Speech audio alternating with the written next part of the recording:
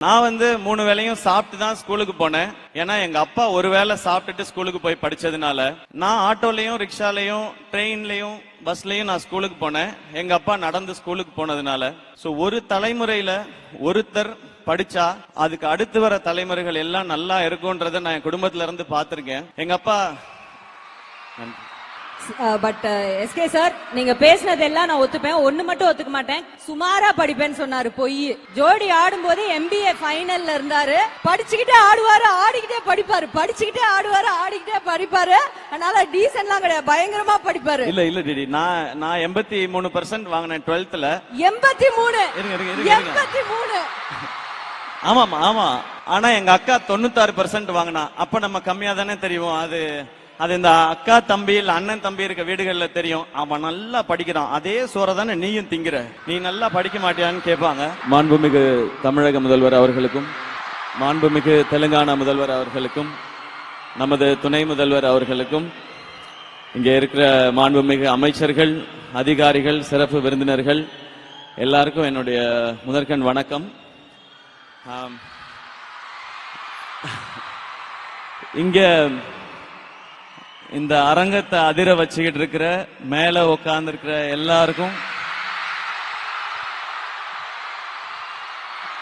என்னுடைய மனமார்ந்த நன்றி. உங்க அன்புக்கு ரொம்ப ரொம்ப நன்றி. இந்த மாதிரியான நிகழ்ச்சியில கலந்துக்கிறது இதுதான் முதல் முறை. நம்ம சினிமா ஃபங்க்ஷன், ஆடியோ லான்ச் ஃபங்க்ஷன்னா ஏதாவது ஒண்ணு பேசிட்டு போயிடலாம். இங்க அப்படி பேச முடியாது. இங்க நம்ம என்ன பேசுறோம் அப்படின்ற ஒவ்வொரு வார்த்தையும் ஒவ்வொரு விஷயமும் ரொம்ப ரொம்ப முக்கியம். முதல்ல இந்த விழாக்கு என்ன கூப்பிட்ட துணை முதல்வர் அவர்களுக்கு ரொம்ப ரொம்ப பெரிய நன்றி. முதல்ல ஏன்னா நான் இந்த நிகழ்ச்சியையும் இந்த திட்டங்களையும் வாழ்த்துறதுக்காக தான் வந்தேன். ஆனா இந்த மேடையில இவங்க எல்லாம் பேசின கதைகள் வந்து ரொம்ப பெரிய இன்ஸ்பிரேஷனை உண்டு பண்ணியிருக்கு. இங்க இருந்து திரும்ப போகும் பொழுது இன்னும் லைஃப்ல சிறப்பா செய்யணும்னு தோணிக்கிட்டே இருக்கு. அப்படிதான் இருக்கு இவங்களுடைய ஒவ்வொருத்தருடைய கதைகளும், இவங்க சொல்ற ஒவ்வொரு விஷயங்களும். இங்க அரசு இவ்வளவு திட்டங்கள் செய்யறது எவ்வளவு நல்ல விஷயமோ அதே அளவுக்கு ரொம்ப சிறப்பான விஷயமா இவங்க எப்படியாவது படிச்சு நம்ம மேல வந்துடணும்னு நினைக்கிறத நான் பாக்குறேன். ஏன்னா கேடில் விழிசெல்வம் கல்வி ஒருவருக்கு மாடல்ல மற்றை அவைன்னு திருவள்ளுவர் சொல்லி இருக்கிறாரு. நீ உலகத்தில் எதெல்லாம் பெரிய செல்வம்னு நினைக்கிறோமோ அதெல்லாம் விட மிகப்பெரிய செல்வம் கல்வி அப்படின்றது. இங்க நிறைய பேர் அவங்களுடைய லைஃப் எக்ஸ்பீரியன்ஸ் சொன்னாங்க. சாப்பாட்டுக்கு வந்து கஷ்டமா இருந்தது, போயிட்டு வர பஸ் வசதி இல்ல, நடந்து போய் படிச்சோம் அப்படின்னு சொல்லி. நான் வந்து 3 வேளையும் சாப்பிட்டு தான் ஸ்கூலுக்கு போனேன். ஏன்னா எங்க அப்பா ஒரு வேளை சாப்பிட்டுட்டு ஸ்கூலுக்கு போய் படிச்சதுனால நான் ஆட்டோலயும் ரிக்ஷாலையும் ட்ரெயின்லயும் பஸ்லயும் நான் ஸ்கூலுக்கு போனேன். எங்க அப்பா நடந்து ஸ்கூலுக்கு போனதுனால ஒரு தலைமுறையில ஒருத்தர் படிச்சா அதுக்கு அடுத்து வர தலைமுறைகள் எல்லாம் நல்லா இருக்கும்ன்றத நான் என் குடும்பத்துல இருந்து பாத்திருக்கேன். எங்க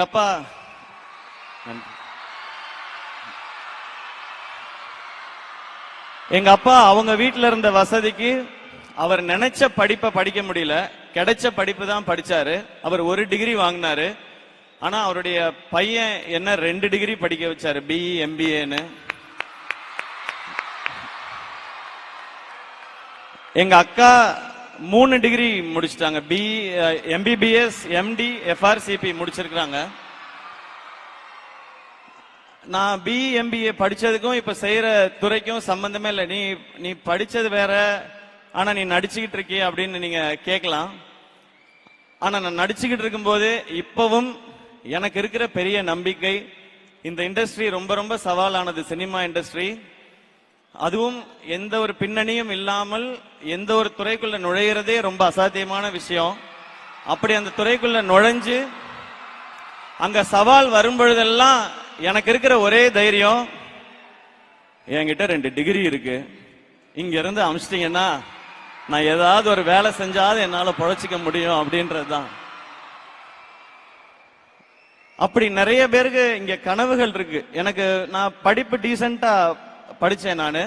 ஆனா சினிமா மேல ஒரு ஆர்வம், அதனால இந்த பக்கம் வந்துட்டேன். ஆனா இங்க இருக்க ஒவ்வொருத்தருக்கும் ஒரு கனவு இருக்கிறத பாக்குறேன். அந்த கனவை நோக்கி நீங்க ஓடுறத கவனிக்கிறேன். உங்களுடைய ஒவ்வொரு கதைகளும் நிறைய பேருக்கு தன்னம்பிக்கையை கொடுக்குது. இன்னைக்கு எனக்கு இன்னும் பெரிய நம்பிக்கையை கொடுத்திருக்குது. இந்த திட்டத்தினால பயன்பெற அத்தனை மாணவர்களுக்கும் என்னுடைய வாழ்த்துக்கள். இத்தனை பேர் வாழ்க்கையை மாற்றிக் கொண்டிருக்கிற அரசுக்கும் முதல்வர் அவர்களுக்கும் அதிகாரிகள் அனைவருக்கும் என்னுடைய நன்றி அண்ட் வணக்கங்கள். எனக்கு வேற என்ன சொல்லணும்னு தெரியல. நான் ஃபைனலா ஒன்னே ஒண்ணுதான் சொல்றேன். லைஃப்ல நீங்க ஜெயிக்கணுமா, இல்ல சம்பாதிக்கணுமா, வீடு வாங்கணுமா, கார் வாங்கணுமா, இல்ல சக்சஸ்ஃபுல்லா இருக்கணுமா, அம்மா அப்பாவை பாத்துக்கணுமா, எல்லாரும் முன்னாடியும் மரியாதையா இருக்கணுமா, எல்லாருக்கும் சமமா இருக்கணுமா, ஒன் ஸ்டாப் சொல்யூஷன். படிங்க, மார்க்குக்காக கொஞ்சம் படிங்க, வாழ்க்கைக்காக நிறைய படிங்க. நான் மார்க்குக்காக படிச்சேன், ஆனா வாழ்க்கைக்காக படிச்சேனான்னு தெரியல. அது அனுபவத்துல வருது. நீங்க மார்க்குக்காக படிக்கிற அதே நேரத்துல வாழ்க்கைக்கான தேவையானதையும் நிறைய படிங்க. இங்க இருக்கிற அத்தனை பேருக்கும் ஒன்னு சொல்லிக்கணும்னு தான் நினைக்கிறேன். உங்க எல்லாராலையும் இப்ப நீங்க என்ன செய்துட்டு இருக்கீங்களோ அதை தாண்டி ஒன்னு செய்ய முடியும். அது எதை வச்சு சொல்ற அப்படின்னு கேட்டீங்கன்னா, என்னாலே முடியும் போது உங்களால இன்னும் நிறைய முடியும். இந்த வாய்ப்பு கொடுத்த அத்தனை பேருக்கும் ரொம்ப ரொம்ப பெரிய நன்றி.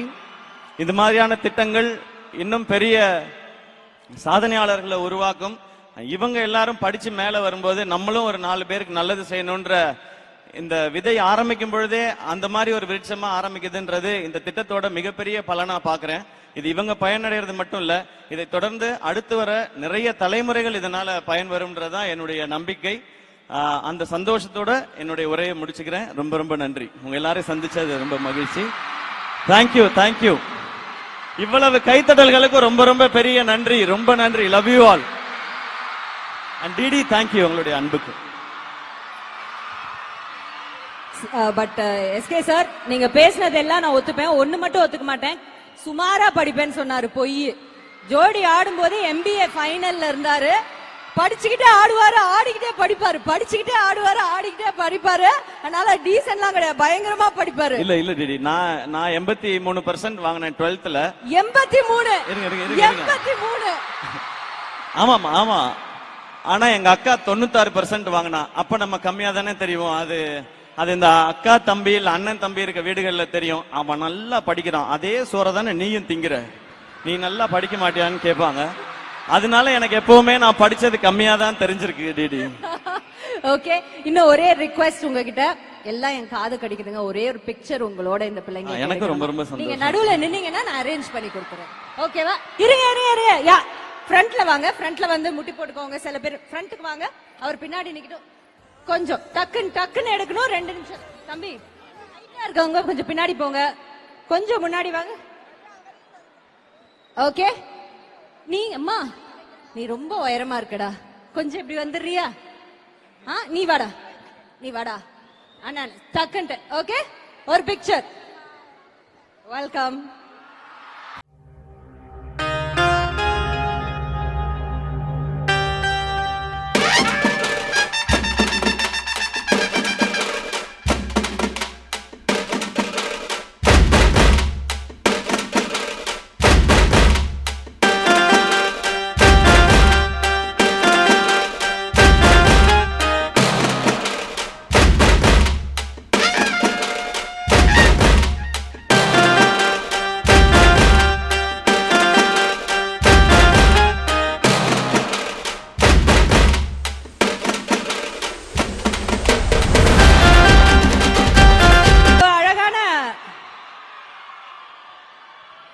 இங்க இவ்வளவு அழகான ஒரு தருணம் நடந்துட்டு இருக்கும் போது அரங்கத்துல ஒருத்தர் வந்து லைட்டா கண் கலங்கி கண்ணீர் மல்க உட்கார்ந்து இருந்தாரு. அவர்கிட்ட எதுக்காகன்னு கேட்டலாம். நம்மளுடைய மாண்புமிகு அமைச்சர் அன்பில் சார், லைட்டா கண் கலங்கிட்டீங்களே சார், ஏன் சார், என்னாச்சுன்னு சொல்லலாமா? மேடைக்கு வந்து சொல்றீங்களா ப்ளீஸ்?